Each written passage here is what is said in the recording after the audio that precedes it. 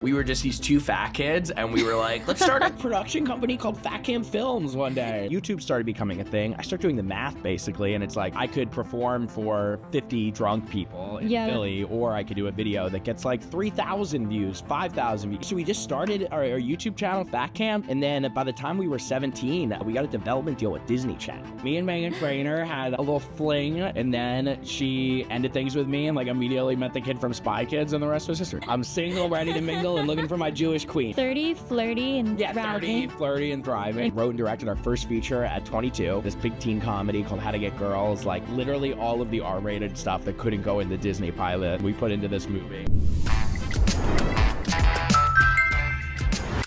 Hi, Talk Israel creators. I'm Maya, and I'm here for the autocomplete edition of the Talk Israel Creators Take podcast with the star of How to Get Girls, Disney Channel's Just Kidding, and The Wild West Bank, Zach Sage Fox. What's up? How are you? I'm good. How are you? So we have some of Talk Israel's most burning questions ready for you right here, and we're so excited to see you answer some of them. Let's do it. So I'll let you do the honors. Okay, so I Peel rip these off. off. You do? Who is Zach Sage? Woo. Okay, well, technically my full name is Zach Sage Fox. I use my middle name. It's a cool story, actually. Okay, so the Sage comes from, like, you know, the Jewish tradition where you name, like, the kid after a grandparent or somebody who'd passed away. Yes. So my mom wanted to name me after her grandma, and my dad wanted to name me after his grandma, and my parents hated each other and had a terrible marriage. So, of course, they fought over it. Yeah. And so we landed on the Z for my great-grandma Zena, and then Sage became my middle name, which is the S for my great-grandma Sophie. That's so cute. Yeah, and then Fox is my last name. I love it. Yeah. So tell me more about you. So the next question is, how did Zach Sage start out as a content creator? Okay, I'm so lucky. I just like knew what I wanted to do at such a young age, which I look back now and it's such a gift, because like to be a kid and to know what you want to do, and then to be an adult and have done it and to be totally like, cool, that was the right thing. Like such a blessing. So I started off honestly at such a young age doing comedy. So my mom, who's amazing, super funny, she created this like SAT vocabulary comedy program in like the early 2000s. Like we're talking like pre-podcast era. We're talking like cassette tapes and then CDs. Stop. Yeah. And so she's really funny. It was called Not Too Scary Vocabulary. And then she did a more edgy one called Wordgasm afterwards. Okay. Yeah. You're like, I get it now. All right. So my mom was like bringing me into the recording studio from the time I was like 3 or 4, and like literally would just have me like rap and tell jokes, like things to like teach vocabulary. Yeah. And so I like always was so comfortable doing comedy, and I thought I was funny, and my mom was so encouraging. Like she was like, you'd be a great comedian, you should do it, which is like so not what a traditional parent, I think, would do. No, absolutely not. Yeah, so not. And I think my mom was like the product of like a different generation where like she wanted to do more creative stuff, but her parents were like, you gotta be a lawyer. So she went to law school, and then they're like, and you gotta be a businesswoman. And then she went to Wharton. So, you know, so I think her take was like, I'll let my kids be creative if they want to be professionally. Yeah, and so it was like, you know, and then both my parents were entrepreneurs. So my mom had started this. My dad was the CEO of a weather forecasting company and still is. And so I was around business and comedy as a kid. And so I took from both those things and was like, I'll be a businessman and a comedian. And then I started, you know, seeing more idols like Sacha Baron Cohen, like Judd Apatow, Adam Sandler, like a lot of these Jewish comedian idols of mine who also were producers. And so I just at such a young age, I was just really researching what they were doing, because I thought it was so cool that they weren't just funny on camera, but that they were just like so smart with like how they were building companies and creating films and TV shows. And so that was always my path. And so it's funny we talk about content, because like that's really a word I really have only been using in my career for like the last 10 years or so. Yeah. But originally it was like film, television. I wanted to make movies. I wanted to make TV shows. And so I end up at a Fat Cam camp when I was a kid. Yeah. So I went to a Jewish day school, Mm-hmm. and my mom meets my future business partner's mom. He was in the grade above me. Yeah. She's like, I'm sending my kid to a fat camp. And my mom's like, oh my God, my kid's chubby. I'll send him. So we end up at the same fat camp, and we become friends. And we became friends because we're both from Philadelphia. And this was pre, like, internet stardom. Yeah. And so I didn't meet anyone. I didn't know anyone who wanted to be an actor or make movies or TV. It just wasn't something people wanted to do in Philadelphia. Mm-hmm. And not even wanted to, like, not something you couldn't do in Philadelphia. Yeah. Now you can make content from wherever. Yeah. But so we were just these two fat kids, and we were like, let's start a production company called Fat Camp Films one day. And it was great because, like, I wanted to be on camera. He hates with, like, the thought of that made him throw up. Mm-hmm. So, but we both loved also the idea of creating a business. I give him a lot of credit too. He was very, like, business minded he was 13 at the time. And so little did we realize that one day of starting a production company was going to be really quick because we get back from summer camp. It's 2006.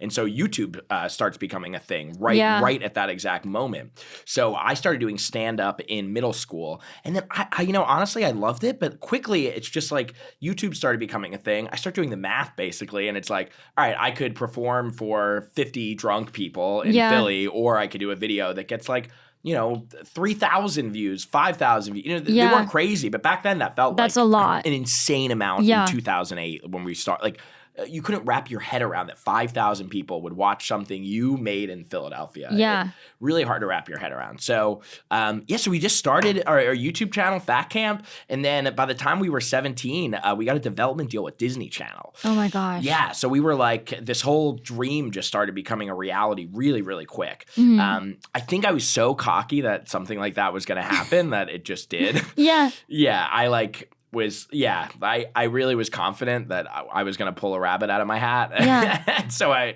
did. And went to this like talent competition in New York. Being from Philly and being so close to New York was a huge advantage too. Yeah. So I go to this actor competition, but like literally I'm going as a business person. Like I had never acted before in my life. The stuff we were doing on YouTube was the same kind of stuff you see me doing today, running around with a microphone and interviewing people on the street. But so I go to this actor competition that I had heard like Ashton Kutcher came out of and like Mila Kunis, like it was like Debbie Moore came out. It was like a big I think I just said his two ex-wives. One of his ex-wives also came in there. But like a lot of celebrities had come out of that. And so I went there, didn't think I was going to win the acting stuff. And I just ran around with business cards with like URL links to my YouTube channel. Obsessed. And then, so I also did the business end, and then I ended up winning the whole competition for my age category. I'm not even surprised. Yeah, honestly, not even surprised. 3,000 people, yeah. So it was like the perfect combo because all of a sudden I win the thing, and also every one of these managers and agents and TV execs, they had, this 17-year-old's business card like in their pocket too. Like, who the hell is this kid? Who is this kid from Fat Camp sending me his business card? card? A huge Jufro bigger than my dreams. Oh my god. Like my hair was like out to here. Oh my god. And so then I get a manager. I'm in LA, and it was like my second time ever in LA, and it was supposed to be like a 4-day trip, and I ended up being out there for a month, getting literally meetings with like the top execs at Disney. I looked super young, so yeah. I was 17, looked like I was 7. So, but basically the fact that my manager could then send my YouTube videos to these top executives at like Disney, Nickelodeon, Cartoon Network, that like wasn't like it wasn't a thing yet. Like there weren't that many kids doing that. Yeah. And so the timing was perfect because the Hollywood was, I think, aware like we're going to have to pay attention to the internet, but it hadn't taken a bite out of Hollywood yet. Yeah.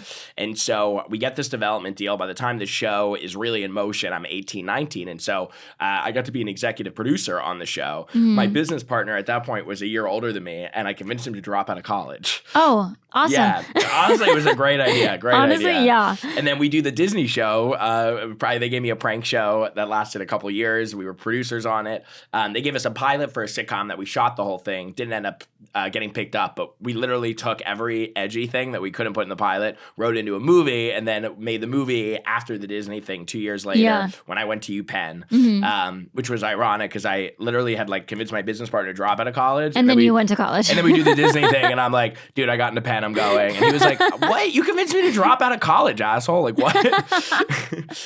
luckily it all worked. And we got the movie finance from a woman who came to speak at Wharton that I like literally networked with and like shoved my script in her face. She was a producer. We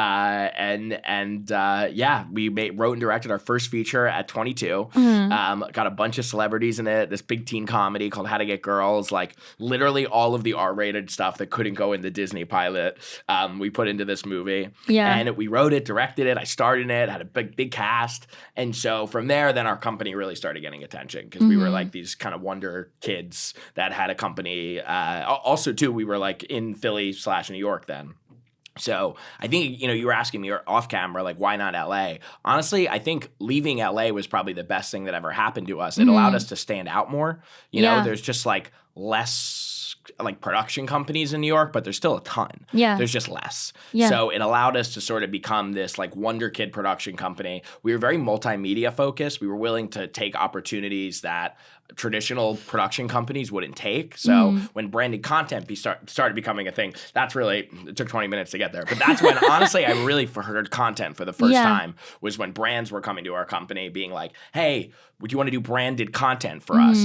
And it's funny, a lot of our Hollywood peers actually looked down on us. They were like, why are you taking these like shitty little, gigs with like GoPuff or Kickstarter? Like, this is internet stuff. Like, why are you doing that? And we were just like, I know it doesn't pay as much now as Hollywood stuff, but I think that's going to change. If you look at the trajectory, I think there'll end up being more money in this. And it was such a smart decision because it only took a couple years where more money started being in the internet side of media than film and television. And so quickly we became a company that focused on film and television, but content almost ended up becoming the bigger part of our company. And to this day, I'd say maybe it's a little more than half of what we do with these big digital partnerships where we work with brands, nonprofits. A really big breakout moment for us. We ran the Mike Bloomberg presidential meme campaign. Wow. Yeah, with Jerry Media and Fuck Jerry at the time. Yeah. And, we're like 25 running literally the first ever presidential meme campaign in history with like millions of dollars being poured into memeing Michael Bloomberg. And it's iconic. Like now we saw with like the last election, like it's like all just like now memes. It's everything. It's hilarious. Yeah, it's crazy. That was only 4 years ago, by the way. Like, now memes are everywhere. Now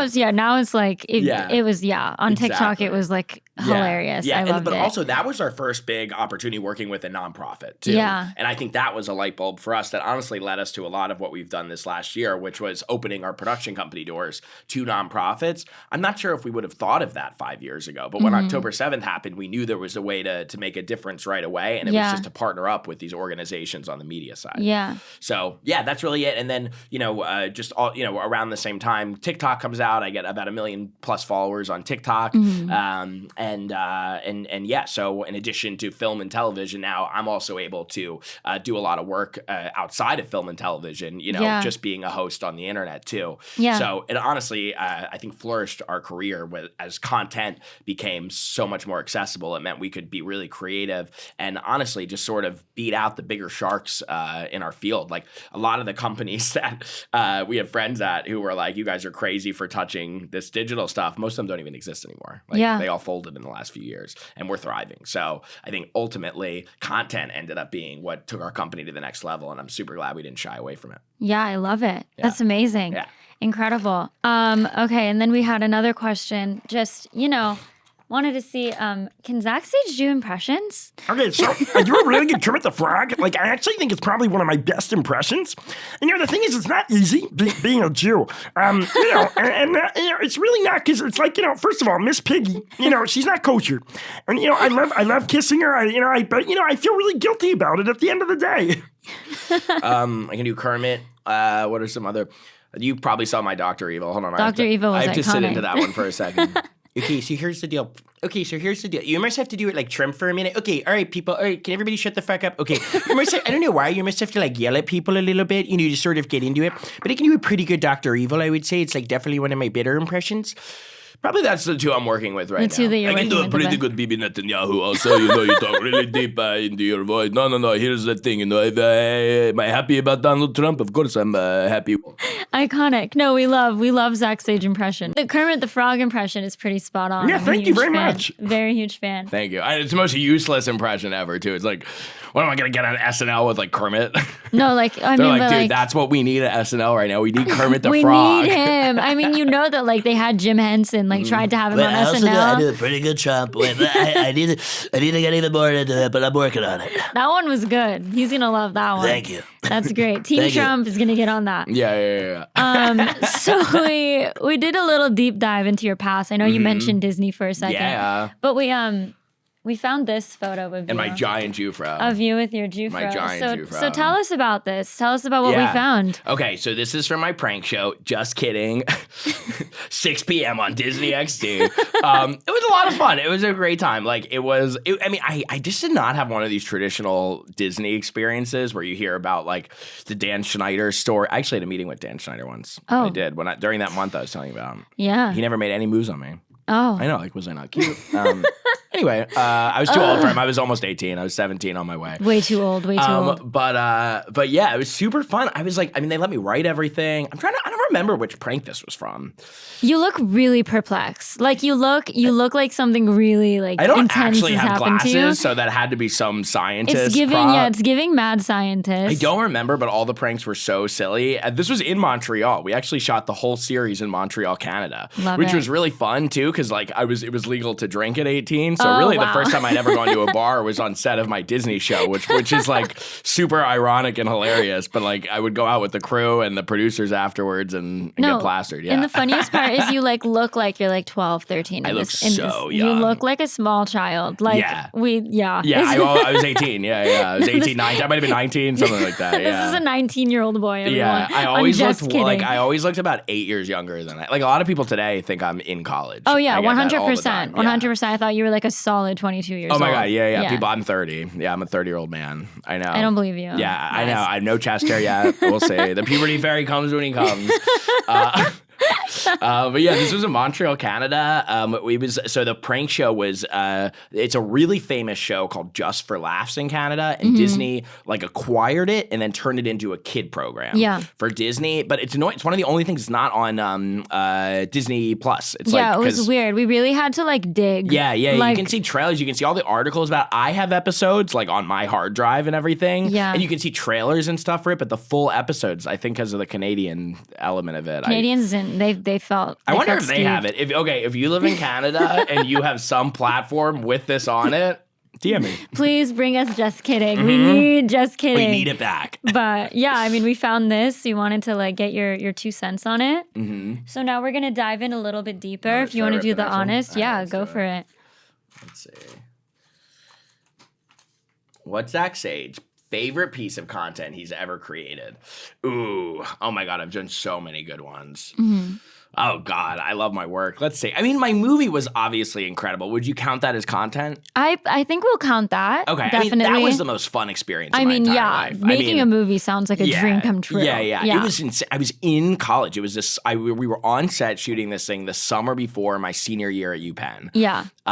We had literally basically lied to all. Not lie, but we it's a lie. Like we definitely to get these celebrities in. I literally had to we got David Koechner from Anchorman and The Office. Meredith from The Office played my mom. We got Chris Kattan from SNL, Chris Elliott from Schitt's Creek. We had a cast. Yeah. But literally to do that, I had to literally call up their agents and be like, "Hey, I'm calling you. I have these great 2 young directors and writers, and we'd really love to bring your talent to the script." Like I literally, it was just wild. We were able to get away with this at such a young age, and it was like being at camp. I mean, me and my partner had no fucking clue what we were doing. Yeah. And we were so confident. Me and my partner were very confident in our skills, so we knew we were going to pull something off great. And it just came. It was such a great movie. It's so funny. I look back at it now. It's so inappropriate and juvenile. But that's I'm just 22. But that's the kind of movie that is and we wrote the script made. and we were a lot of these scenes and stuff came from our brain at 18, 19. Yeah. And we knew we were never gonna write. We knew the best time to write a teen comedy was when we were just a few years out of our teens. Yeah. But it was just. I mean, I don't know if anybody here ever gets a chance to make a movie. It's really hard. It's really laborious. But it is so rewarding. It's a labor of love. It's definitely a labor of love. Probably second to that would be, out of the content I've done this year that people are more familiar with maybe watching this, Wild West Bank was crazy. Insane. That was just a moment in my life where it was just the press storm after that was really insane. Yeah. And it was one of those things like I knew I walked out of there with something important. Like I knew I did. It's why like I spent months trying to get the rest of the deleted footage back. Like it was the whole thing. So it was rewarding, I think. You know, it was a tough video to release because it's stylish with the Wild West Bank, but it's a very depressing video. Oh, like, 100%. It was a tough watch, but you managed to like make it something that like it was easily consumable. But I feel like any other creator tackling that subject matter and meeting those people and hearing the things that you heard, it very much could have had like a darker undertone. I didn't feel good about that. Like it was a tough thing because I knew it was really important for the world. I knew by adding this Wild West theme to it, it was going to give it this really unique voice that would get it more violent. It worked. But it's not like a video that's exciting to put out. No. But to see the reaction, like the thing, I think that video will go in the history textbooks, like as an actual 100%. documentation of what things were happening in the West Bank during this war. Yeah. And unfortunately, journalists literally have not done their jobs. And so a comedian had to show up and do it. But, you know, the reaction to that was amazing. And then Gaza Graduation had an incredible reaction. Dude, that video got played at the anti-Semitism hearings in Congress. And when it was used as actual testimony, I was literally taking a shit on the toilet when my phone started blowing up about it being played in Congress. I was like, what is happening? Yeah. Like, it was just that it became bigger. Both those videos became bigger moments than myself. And it was just a very humbling experience as a creator. Yeah, 100%. And with what's happening now, I feel like it's easy to get lost in like the subject matter that you're tackling just because it is like such a depressing. It's heavy. It is. But like there's like a beauty in being able to like create like humor out of it and be like, look how awful it is right now on a college campus. But like it's silly. Like it's Gaza Graduation. Yeah. Like I think you can make almost anything funny. Yeah.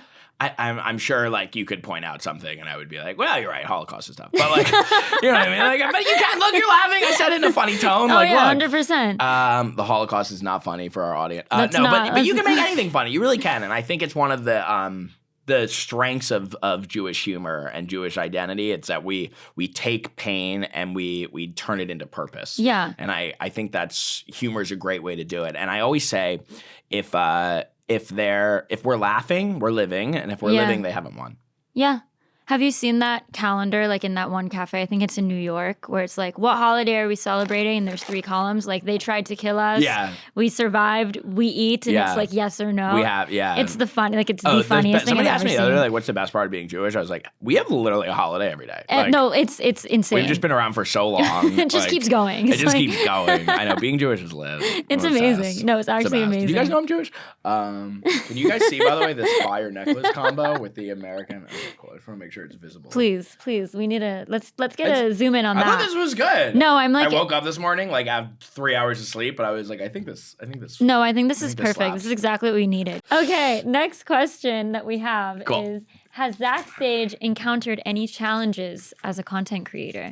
Oh, wow, that's a tough one. I'm way too cocky. My immediate answer is like no, but like It's giving like interview question. no, I feel like this one. I've never been asked this one. This is a good one. Let me think.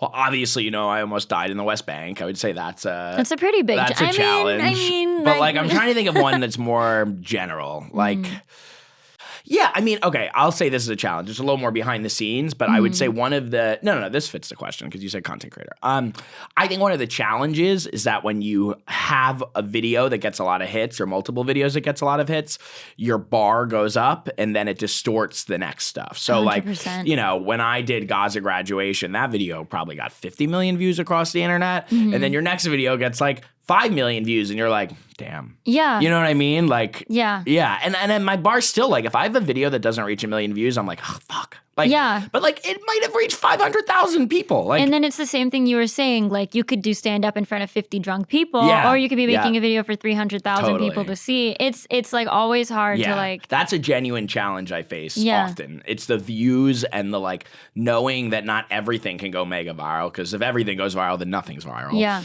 But you know, you do get used to a number that you'll see on screen, and then you expect that number. 100%. And it's hard to like there are moments where I'm like, dude, that video got 500,000 views. That's fantastic. You did a great job. You reached a lot of people, like, especially what we're doing with the Israel stuff, because I care so much less about the views for like my attention. I care about it because like I really wanted to make a difference. Yeah. So I'll just have to, I do have to have those conversations with myself and my therapist, where I'm just like, it's okay. Like, whatever amount of people you can influence on a given piece of content is important, and not every piece of content is meant to explode. That's totally, I love that 100%. Do you want to do the honors for the next one? It's fun, right? It's like very. I like this. Okay. Who was Zach Sage's inspiration as a content creator? I had a couple. I mean, Sacha Baron Cohen for sure. Like 100%. Sacha Baron Cohen for sure. Like as somebody who is a kid in Jewish day school, knowing like, oh, this is a real Jew who like lived on a kibbutz in Israel, and obviously he's the epitome of Jewish humor. Like look at Borat with like the chasing the Jew. I mean, that was some of the most brilliant Jewish satire ever done in the last several decades. And people are still surprised that he's Jewish. Like people will see his videos and be like, oh my God, it all makes sense now. It's like, guys. Yeah. He was like a top one for me. I remember vividly, like I saw that movie. My mom took me to see it. I was 12. Obviously my mom. It's such a Jewish rite of passage to see Borat with your mom. Yeah. And like not be able to look at her for like a few days after. Nah, my mom's chill. We're like, my mom like brought me into the studio when she was making a product called Wordgasm. I'm like, okay, so maybe that was my experience. My mom let me watch American Pie when I was like 3. There was no rules. I had no rules growing up, as you can see. What that has done to me as an adult. Like clearly, I'm here with this. But yeah, he was a huge one. I literally remember seeing Borat and leaving the theater, and like I never seen a comedy like that. Like he sort of ushered in a completely new era of mockumentary. Yeah. And so I left the theater after that movie, and I didn't even quite understand what to call it, but I just remember looking at my mom and say, I want to do that for a living. Like I don't know exactly what it is. I had been a big fan of The Daily Show before that. So, and the correspondent element, I'd always thought maybe I'll be a Daily Show correspondent. But, I don't know. There was something about that movie that was just, I still think it's probably the funniest movie ever made. Yeah, I'm one of those people. It sticks with you. Like as a director, like I feel like people ask me all the time. They're like, "What's your favorite film?" And I want to say something artsy, but it's like it's Borat. But it's Borat. I mean, you can't hear the words "my wife" without like it's like over. It's ruined for you for the rest of your life. And maybe Bruno too. He kind of did the same. He kind of hit the same exact level of comedy with Bruno. Borat and Bruno, they are just works of comedic art that would never get made today. By the way. Oh, 100%. It would not. Yeah. 100%. And except by me. I actually have a movie in development that's like in that tone. I'm very excited to put are we it out getting there. a We're early in sneak development, but I peek? may or may not have a very big Oscar-winning producer. Talk Israel. We heard it first here on the Creators Take. Mm-hmm. But no, it's amazing. He's also like one of those actors, creators, directors who like created films like that, but then also had like that one movie or like series on Netflix about the Israeli spy. Yeah. When you're like able to watch this film and then be like, wait, that's the Borat? Same guy. Like that's him. He's really good. I want to do some more dramatic acting too. I mean, like, you have like tackled like really dramatic topics too. So it's like it's. I feel like the pivot from like comedy. I'm so cocky. To like, I've like never done dramatic acting, but I'm like I know. You're like you could do it. You could do it. You could literally I'm fully. I feel like I can do anything I set my mind to except for sing. I'm a terrible singer. No. But I'm writing a musical. I can write music.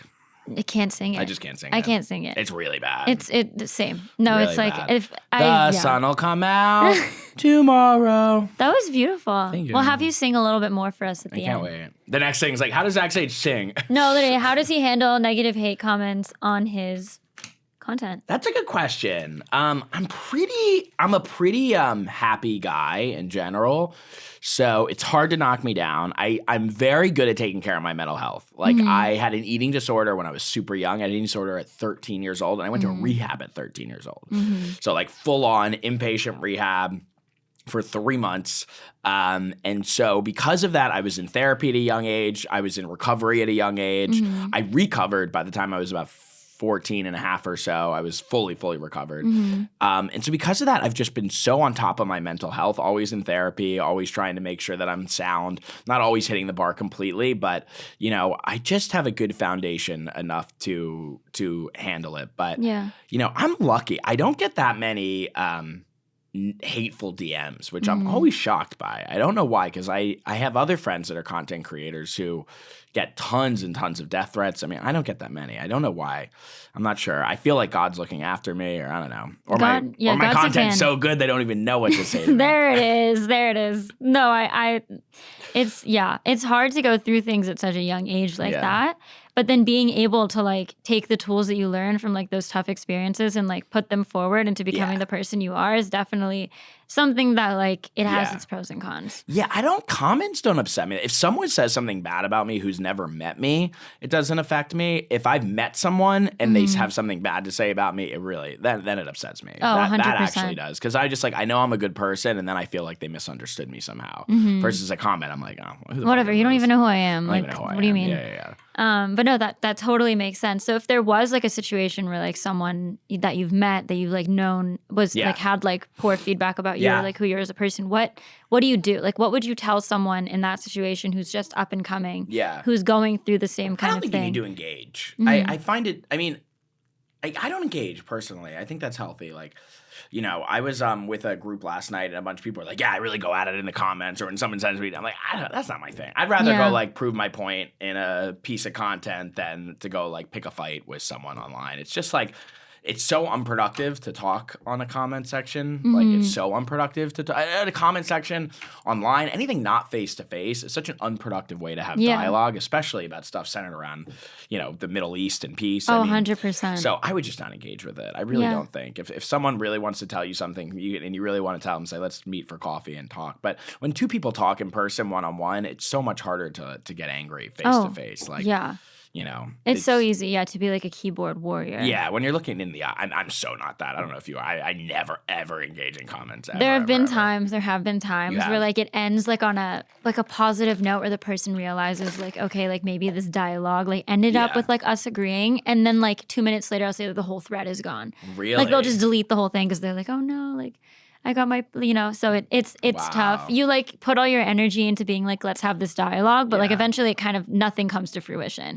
So we did a little deep dive on your past. I like this. It's actually just So I wanted to just give you a chance to explain some of these photos. So I know you mentioned. I love this. So tell me about these ones first and foremost. So this one is Kate Flannery. So she played my mom in How to Get Girls. She's Meredith on The Office. She's awesome, like the coolest person ever. Looks nothing like me. So we put a brown wig on her. It works in the movie. We originally had Cherry O'Terry.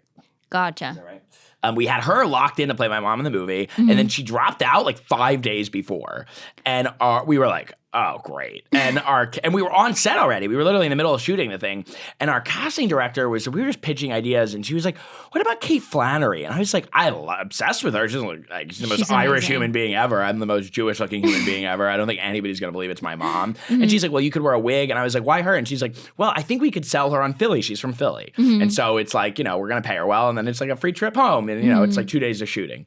And so it worked, and we made the offer to her. It totally worked. I met her literally on set. It was a different process than the other people. We sort of talked and worked with them first. Yeah. And she was just incredible. I love her so much. She's become a good friend of mine over the last few years. She's amazing. Obsessed. Yeah, she's the hilarious. Best. And then we found. And then that's my girl Megan Trainor. Yeah, me and Megan Trainor had we had like a little fling but like forever ago. Like literally when I was 19, we met. Yeah, we met in Nantucket out of all places. Yeah, and we had like a little fling like on and off for like a year or so.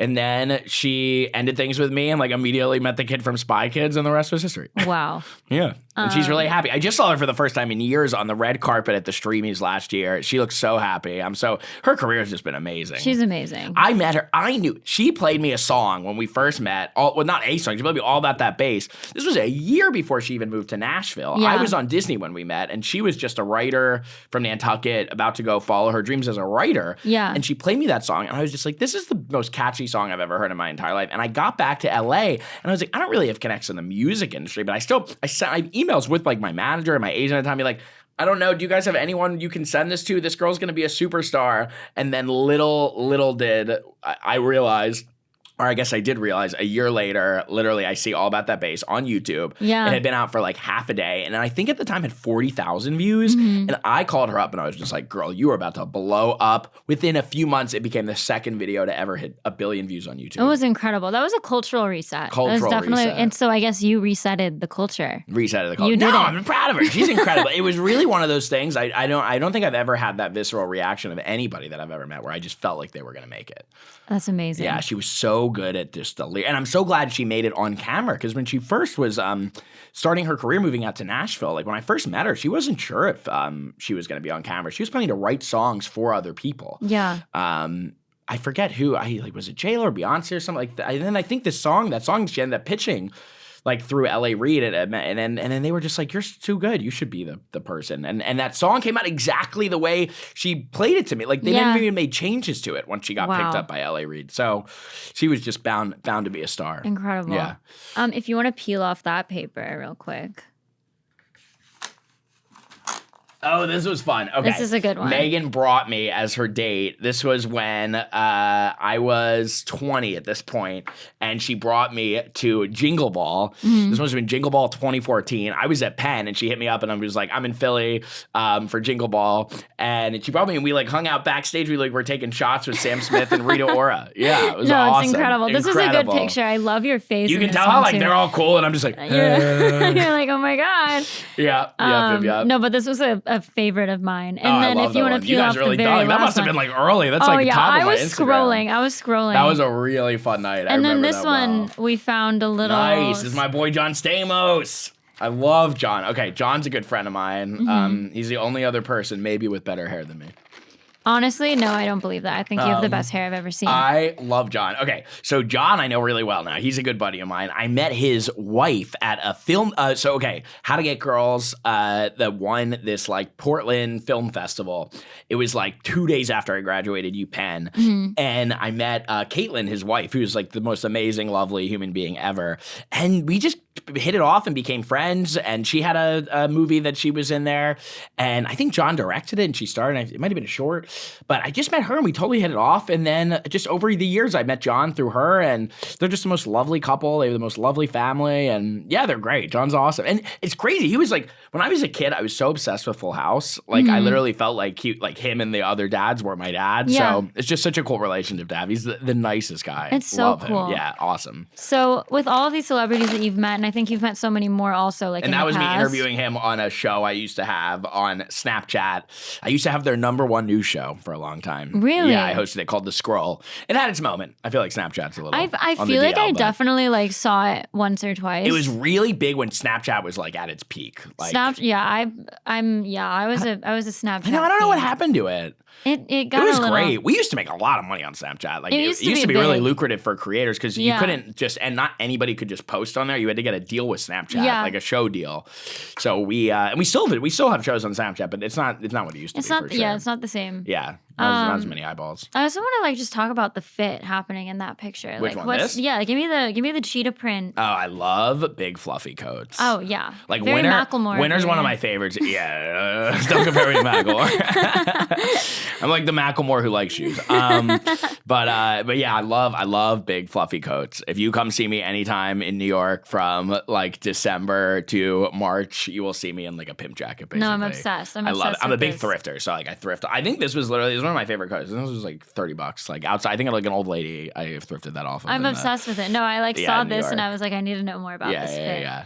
But like in the past, meeting all of these celebrities and all of these like big names in media, has there ever been a point where you felt like starstruck, where you've been like, oh my God, like how, like what? Yeah. Yeah. I met Seth Rogen. I had a meeting with Seth Rogen when I was in LA. This was probably my biggest like whoa moment. Yeah. I almost got one of the lead roles in Neighbors. Oh my right. God. Yeah. While I was on Disney or right after, something like that. But I was here in LA and I crushed the audition so hard that they literally were like, hey, we actually showed your videos to some of the producers here. Yeah. You know, do you want to meet them? And I was like, are they about to introduce me to Seth? By the way, this never happens in casting. It never Yeah. This is just not a normal thing. They brought me upstairs and like Seth Rogen's there with like, his like Oh my writing God. partner. And I was just like, what's happening? It was crazy. I probably spent 20 minutes with him. Yeah, it was nuts. That's insane. And then I didn't get the part and I never saw him again. Seth, come Classic back, Hollywood. Seth. yeah. Classic Hollywood, right? Seth, if you're watching this, Yeah, he misses you. Yeah, slide into my DMs, baby. No, I love it. That is so cool. Yeah, it was so cool like taking a deep dive into your past and seeing these because I was like, I mean, you like you fit in so well like in all of these. Like it's just like, Zach Sage with these people, like 100%. Nice. I appreciate it. It's just the beginning, baby. Just the beginning. Okay, we have a few more for I'm you. excited for this. Okay, what is Zach Sage? Wait. You got it. You got it. I bite my nails too much. I can't even do it. What is Zach Sage connection to Israel? I've never been. No, I'm kidding. I love Israel. Okay. So, well, one, my family connection goes back deep. Like my great grandparents were the biggest supporters of Israel. Like, they really came, they fled the pogroms and the Holocaust before it happened. And they came to America and they were just so blown away by the beauty that a Jewish state could exist after the Holocaust. Very much like a phoenix from the ashes kind of thing. So they were just such supporters of Israel their entire life. My grandparents on both sides were such strong supporters of Israel. I really come from like a deep a Zionist family. So the first time I got to go to Israel was in 8th grade. I went to a Jewish day school, and I got to spend 6 full weeks there, like with my 8th grade class. Yeah, we had this program. So like literally we ended school by like April and spent like half of April and all of May. Oh my gosh. Yeah, in Israel, all with like your best friends. It's like, the best. It was It's the best. And I really got to see it. Like it's such a beauty. Like, it was 3 times the length of more, 5 times the length of Birthright. Like really long trip. Yeah. So I really got to see it, and I just fell madly in love with the place. And then I went back again in high school, and I shot a video there called Christmas in Israel. Fantastic video. I took it down. I don't know why. I took a lot of my old stuff down when I was trying to rebrand, but I should repost this video. It's hilarious. I literally like celebrated Christmas in Israel. I don't celebrate Christmas as a human. I just thought that was funny. It would have been, I definitely, you wouldn't expect it. No, you wouldn't expect You it. wouldn't, yeah. So I did it. There baby. it is. So I did that, and and then I went back. I ended up doing Birthright, which is like the funniest thing ever because I was like, I'd already been to Israel a million times. But it's your birthright, so it's like It's just hilarious. Literally, I remember being on the phone. They like call you and contacted me, and I'm just like, I don't think I can go. I've already been there multiple times. They're like, but were they under 18? I was like, yeah. They're like, you're good. I was like, I'll take another free trip. So I think I'd been to Israel 3 or 4 times before 10/7. Yeah, I was just such a fan. And I honestly, though, I hadn't gone for like 5 years or so because I'd been to Israel so many times, and in my travels at my mid-20s, I was like, I should probably see other places. Like I keep going back to Israel every time I leave the country. I hadn't really been to much of Europe all yet. roads lead to Israel. Yeah. And then I did a trip to Auschwitz and Poland and the Holocaust. And honestly, like I know that's not Israel, but in a way, it's an extension of that trip, and you start understanding the importance of Israel even more. But I just have such a deep love for that land and such a deep love for the Israeli people, and I just don't even see it as so separate from us. I don't know. I just see us as one of the same. We're Jews, they're Jews. Half the Jews are there, half the Jews are everywhere else. And I just see it as our homeland and our people, and it is our homeland. Yeah, beautiful. So a follow-up to that question is, how does Zach Sage's connection to Israel influence his content creation? Yeah, I'd say my connection. I mean, it definitely helps. Like when October 7th happened, I knew what Israel was. And so, it gave me, I think, a big advantage from even some Jews that had maybe done a Birthright trip once. Like I really knew that everything was complete bullshit propaganda from the other side. I'm like, apartheid, what the hell are you talking about? I've literally been to like Arab events in Israel. Like, what are you talking about? Genocide in the West Bank? What are you talking about? Like Jews aren't allowed in the West Bank. Like, well, what the hell? Like, it was just all, I feel so, the Jewish people don't deserve this, and the Israeli people in particular don't deserve this. You have to step back for a minute. Israel is like a miracle. Like the Jews literally got this little thought in the desert and they made it blossom. And you look at the rest of the Middle East and there's nothing wrong with all these other countries, but they're not democracies. Israel created a flourishing democracy in a land of autocracy. And so I knew it was all propaganda, and I know how important Israel is, because if you're somebody like me who believes that democracy and the West are fighting the most important fight of our lifetimes and have been fighting the most important fight for our lifetimes, you're aware that the rest of the Middle East hopefully also becomes democracies because it's not a perfect system, but it's by God the best system we have. And so Israel is a model for how you can actually create civilizations in areas where they're not democratic. You can actually create civilizations that are open to all people. Israel's the only place in the Middle East where you can be gay, where it's a multi-religious ethnic society. I mean, it is. Yes, it's a Jewish state, but it's a Jewish state that allows protections for all. I mean, there's Arabs on the Supreme Court. We don't have to talk about it. I mean, you know. But so I knew the propaganda, and so I think it helped me right off the bat because I didn't have much to learn. Like, obviously, I learned a lot. There was a lot I didn't know about the details of the West Bank and Gaza.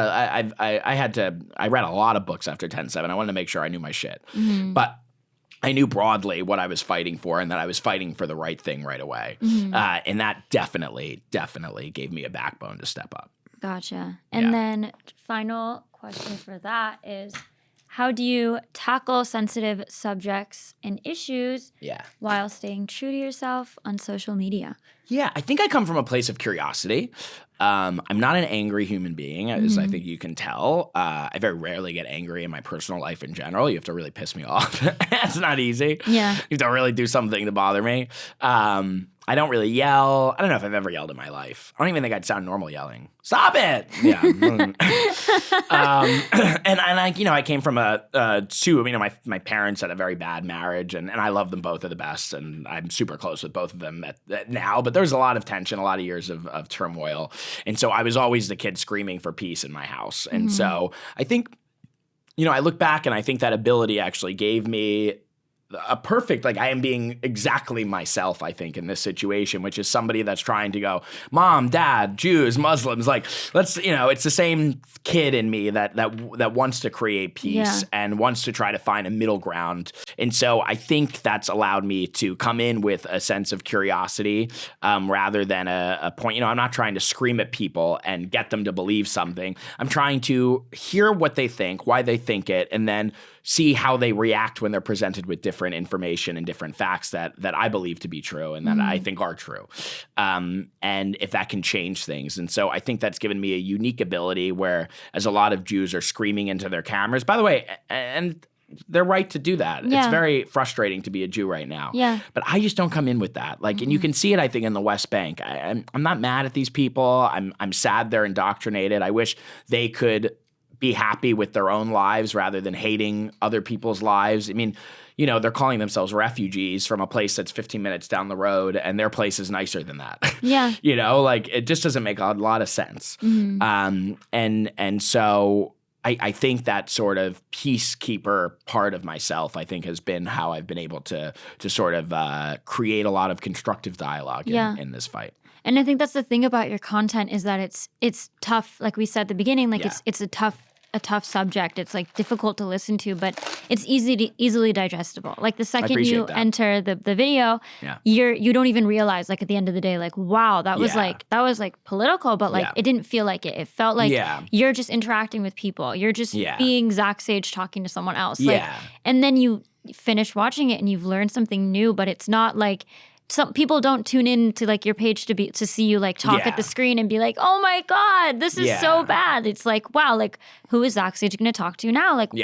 What's going on now? And that's the thing about creating content. Well, I come in from an entertainment standpoint. Exactly. First. I studied political communications in college, so in some ways I had the same training as a journalist. Yeah. It's what a lot of my peers ended up going into journalism. So I think I was fit well for this. But before I was doing more serious political stuff, I was a comedian, and really focused on the comedy, not necessarily the mission with the comedy. There was just, I was trying to be bold and entertaining. And so I think you see that in that every video sort of comes from an entertainment spot first, and then the journalism and the facts are sort of the next layer onto it. And so you're going to be entertained, and then you're curious, I think, what you're going to learn. Exactly. I think that's kind of my approach and where I'm able to bring in my skills. I love that. Yeah. So then we had another question. We looked up Zach Sage Jewish, and I wanted to. I'm Jewish unless I'm in Ramallah, then I'm Italian. I wanted to ask. That's so cute. This. I just posted that. Oh my God, so cute. There's no story. That was just in. I was 18. This is 18? Yeah, that's 18. How old do you think I was? Like 3? This is solid like 14 before, like post bar mitzvah. I might have been 19, 18 or 19. Yeah, Stop. yeah, This yeah. is I know, like I a- look really young. No, yeah. this is- my I- whole family looks really young. I have a grandma who's 95. She looks like she's like 70. No, I'm shocked. No, like literally I thought this was like a photo of yourself like after a friend's bar mitzvah. This was like me drunk in LA at 18 Oh years my old. God. Yeah. Like I think this was at a fraternity party. This was literally like the opposite of me being in middle school. Oh yeah. my gosh. But I got that shirt in Israel. I think I literally got that shirt from my second trip to Israel. Oh yeah, this is like a Machne Yuda, like Yeah, walking yeah. down, like guy yells your name. Yeah. It's like, buy this now, and you like end up. yeah. This I is love like, it. yeah. I honestly like, yeah. I've had a lot of people. They're like, well, were you like you weren't really doing Israel activism before? Like, were you like, did you care about this before? I'm like, I was being Jewish was like the number one thing in my comedy always. Like, if you see my stand up when I was before 10, it was all Jewish stuff. I have my transcript from my first ever stand up show I did when I was 13 in Helium. It was like 2/3 of it's just Jewish jokes. Like, Yeah. I went to Jewish day school. I had this fucking orbit on my head, like you know, what I mean, the biggest Jew fro ever. No, so I it's looked insane. so Jewish. Yeah. Yeah. Now I go like up with the Jew. It was Yeah. a lot. It's honestly was like heavy to walk around with. I can it was see, like, I like, get it's like very hot. dense. Yeah, It's yeah. very I'd be like dense. skiing and I'd be like sweating my balls off in my head. I'm like, this isn't normal. But yeah, it's just a cute little photo. And it looks like you like have this like constant connection to being Jewish, and that's yeah. something that's so Yeah, no, but I'm like and I was just raised so Jewish. And I think I was raised Jewish in a way that's actually been very helpful for this moment we're in, because I really understand like the whole and resonate with the whole the whole Jewish spectrum, because, you know, I like went, like my bar mitzvah was Chabad. Like my dad's really into it. But at the same time, like it's not like he keeps kosher, but like I don't know. It's not like, you know, he has a beard and wears a kippah all day, like, you know, and my mom's more reformed. So like I kind of got both sides of the coin. So, you know, like I'm very comfortable in a Chabad, like very, very comfortable. If anything, I'm more comfortable in Chabad services and Reform services, to be honest. But, you know, I don't keep kosher anymore. It's an interesting story, actually. When I went to rehab, my rabbi, my Chabad rabbi from my bar mitzvah, I went from bar mitzvah to like the rehab in like 3 months in between, like crazy. I have a joke in my stand-up where I'm like, I went from being hoisted on a chair to sleeping in a room without a chair so I couldn't hang myself. And but my rabbi at the time told me, you know, that I was, you know, he's like, it's okay, you can, you know, if you want to. He doesn't even sound like that. I don't know why I'm doing that. Like making him sound Zach Israeli. Sage does impressions. Yeah. No, I do really good Israeli. All right, this is still my rabbi is Israeli. No, but he was like, you know, you don't have to keep kosher while you're in rehab. God just wants you to get better. And I really believe that if that never happened, I probably would still be kosher to this day. But once I tried shrimp and bacon, I was like, all bets were off. Don't tell the rabbi that. No, I think he probably knows. At this point, I feel like I've done so much for the Jewish community, like I can have some fucking bacon. Yeah. But yeah, so yeah, it's super big part of my identity, and I just come from such a you can see I've honestly started this year just posting more videos of like my family events and everything, where you can see our family. We are just so fun, but being Jewish is like the glue to the whole thing. Like culturally, we are so Jewish. My grandmother, who I have two grandmothers alive, but one of them is like a walking, you know, Nazi propaganda stereotype. She's just like, Zachary, like. She's like, I'm so proud of you. Like, she's just so Jewish. And she's my best friend. And her parents were straight off the boats, you know? So being best friends with her, I think, kept her parents' story alive really, really deep into me. You know, they fled everything. They left that. My great-grandfather, I tell a story everywhere I go now because it sticks with me constantly. My great-grandfather, my grandma's father, he literally things were so bad in the pogroms in Europe, by the way. And after seeing what just happened in Amsterdam, it's crazy. I'm like, wow, this is why my grandfather came to this country at 13 years old. He fled. His parents sent him on a ship without any parents. He was literally bar mitzvah. They're like, you're a man. You're Leave. good. Get out. Yeah, get out. Really, really. So he quit school. He never got an education past 13. And it came to America, but they weren't letting Jews in from that part of Europe. They literally had quotas on Jews. Yeah. And so he then went to Brazil. He had like an aunt, uncle, or a cousin or something who had just gotten to Brazil, also fleeing anti-Semitism. Went there at 13 years years old, just started pushing fruit around a cart, selling little things from a cart. Then like 10 years later, he gets to come to America. And his parents got over here and they were able to sponsor him then. And then he came again with nothing. He started a store and built a life. And then my grandma was the first person to go to college in that I'm just so aware of what my grandparents fled to give me this free life as a Jew. And it's one of the reasons I'm so appalled that Hollywood in general, speaking of, we're in LA right now, appalled that Hollywood, so many of my idols seem to identify with this type of Judaism the same way I did. All my idols, like Seth, it's like being Jewish is like half their shtick. It's like what got them famous. Like Jonah Hill, Nick Kroll, it's how they got big. Yeah. Like their shtick is Jewish, same as mine, but somehow they're missing that realization that you have to fight for this. And you can't just be proud to be Jewish when it's safe. That's not being proud. That's kind of being a pussy.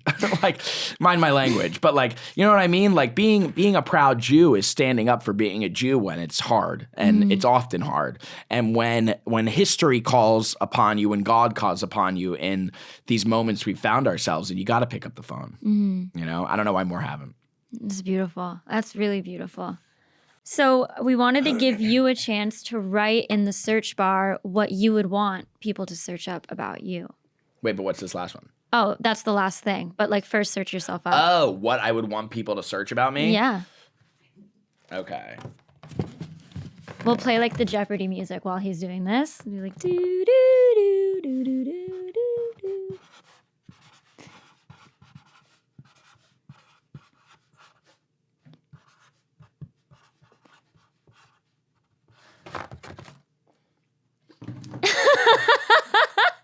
I'm single, ready to mingle, and looking for my Jewish queen. Hit me up. This is a good one. That was a good one. 100%. Ziggy came up for that too. He's like, I need a mom.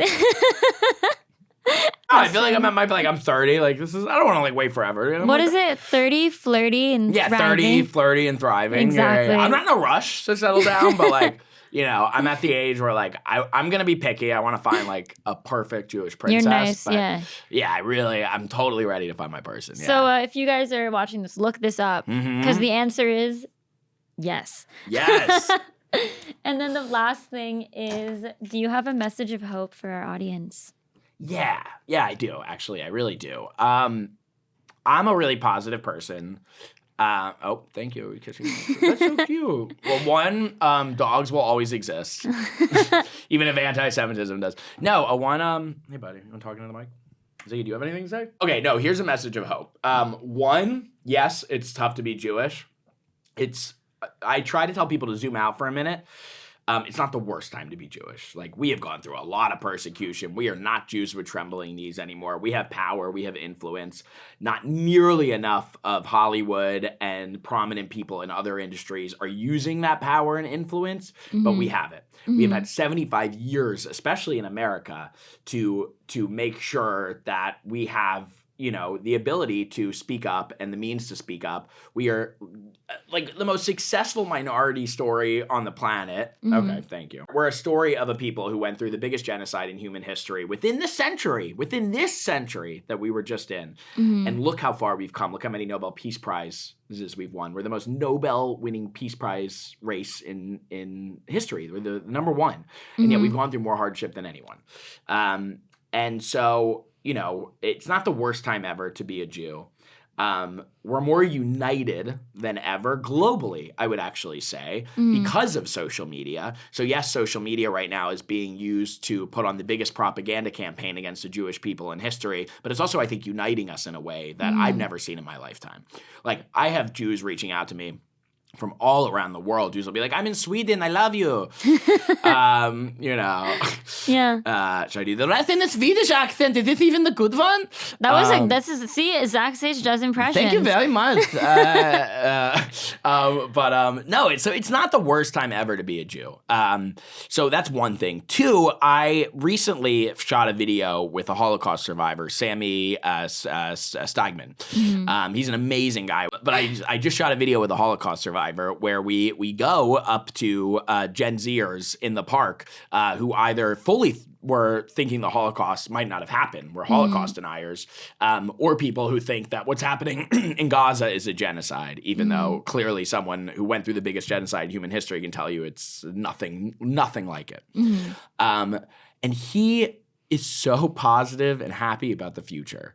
And I just am like, it's one of those things where I'm just like, if he can be happy and a positive, he lost so much of his family in the Holocaust, so many of his, friends and neighbors in the Holocaust. He was young when it happened, but I'm like, if this guy can live a life into his 80s, seeing what he's seen today with October 7th and the resurgence of anti-Semitism that hasn't been this bad probably since the Holocaust, if that guy can be happy and hopeful about the future, then we all can. And again, I'm at a point now, like, I think we're always going to be targeted Jews because there's something very special about us. There's clearly something there. We're a light that the darkness wants to put out. And we just have to hold on to that light and remember that we are fighting for something so special and so beautiful and so valuable, and that being Jewish is the best thing that could happen to a person. It's the best thing that ever happened to me. It gave me a sense of community and purpose and love in a way that I've never felt in my entire life, especially since 10/7 in the last year. And so just keep up the fight. Try to put on a smile as much as you can. Every day is a blessing. Like, I know things seem hard and social media can make things seem very overwhelming, but every day you wake up, it's a blessing. I mean, even just not being Jewish. I mean, people are living into their hundreds now. I remember I was 95 and like literally so healthy, so happy. I'm like, that's science. That's technology. Knock like, on wood, knock on wood. But like, people are living longer than ever. We're living healthier than ever. AI is probably going to make the world a very intense place. But guess what? It's also probably going to keep us alive even longer and give us more medicine and more resources. So, you can't sit here and say this is the worst time ever to be alive. You can't say this is the worst time ever to be a Jew. We're very lucky to have been born into this century. Women used to die in childbirth almost immediately. People used to die if they got syphilis. I would take being alive now over any time, probably any day of the week. And everything comes with a backlash. Like, there's a flip side to everything. So yes, anti-Semitism has reached new heights. It's also brought our community together globally in a way I've never seen before and would have never imagined, right? You know what? I think I could do it. Can I read you a text from Scooter Braun that he just sent me? Sure, this morning? 100%. I really like it. I think you'd be okay if I read this. Scooter texted me this morning. I thought this was really beautiful. I was just texting him. We were texting about the Amsterdam thing. And Scooter's amazing, by the way. You want to talk about a mensch. Look at what that guy did with the Nova exhibit. I mean, really incredible guy. I mean, put together something that if that didn't exist, I think there's a lot of people who would not have fully understood what it was like being there that day. Yeah. Scooter wrote to me this morning when we were just talking about what had happened in Amsterdam last night. He wrote, "Everything in life is a gift. Sometimes in the moment, we just don't see it." And that really resonated with me because like you just have to believe in a higher power. You have to believe that we're all here for a purpose. And you have to believe that with great pain comes great promise. And so, look at us here today. Would we be having this conversation if 10/7 never happened? No. Would I have been doing all these Israel activist videos if 10/7 never happened? No. Like, so things are what they are, and they are a purpose. Yeah. And so, there's a flip side to everything. And with social media, yes, I always say anti-Semitism is not new. What's new is social media. And what's new is that, they can put on the biggest anti-Semitic propaganda campaign in history through TikTok and through other social media. But, we can use it to fight back. And so, take your sorrows and figure out how you can solve something with those sorrows. And so, I always tell people, I have a lot of people be like, should I be making videos like you? And it's like, if that's your gift, like we all have different gifts. Like I'm not, what Scooter just did organizing that whole thing with the Nova, felt like that's not my skill set. Like, I don't know music. That's not my thing to put on a bit. Like we all have, but like, that's a great example. He leaned on his skill set. He figured out, what am I best at? What can I contribute to the Jewish people and the Jewish cause right now? What I'm doing, it's the same thing. What am I good at? Like, I'm crazy. I've been running up the street with a microphone asking people questions since I was 13, 14 years old. Yeah. So that's my skill set. So I'm like, that's why I went to the West Bank. I was like, I'm nuts. Most people wouldn't go do this, but I'm crazy. So like, I will take my God-given talent and I'll go push it in a way that moves the Jewish story forward. And so whatever that is for you, do that because that will give you purpose and you'll find positivity from that purpose. Beautiful. Yeah. I love it. Zach, thank you Thank so you. much. Thanks Thank you for so much for having me. doing this with us. Follow me on social media, Zach Sage or Zach Sage Fox on X. Thank you so much. This was Thank a you great so PR much. session consulting. It was so Are you nice. gonna shake Ziggy's hand? Yes, Ziggy, thank you so much.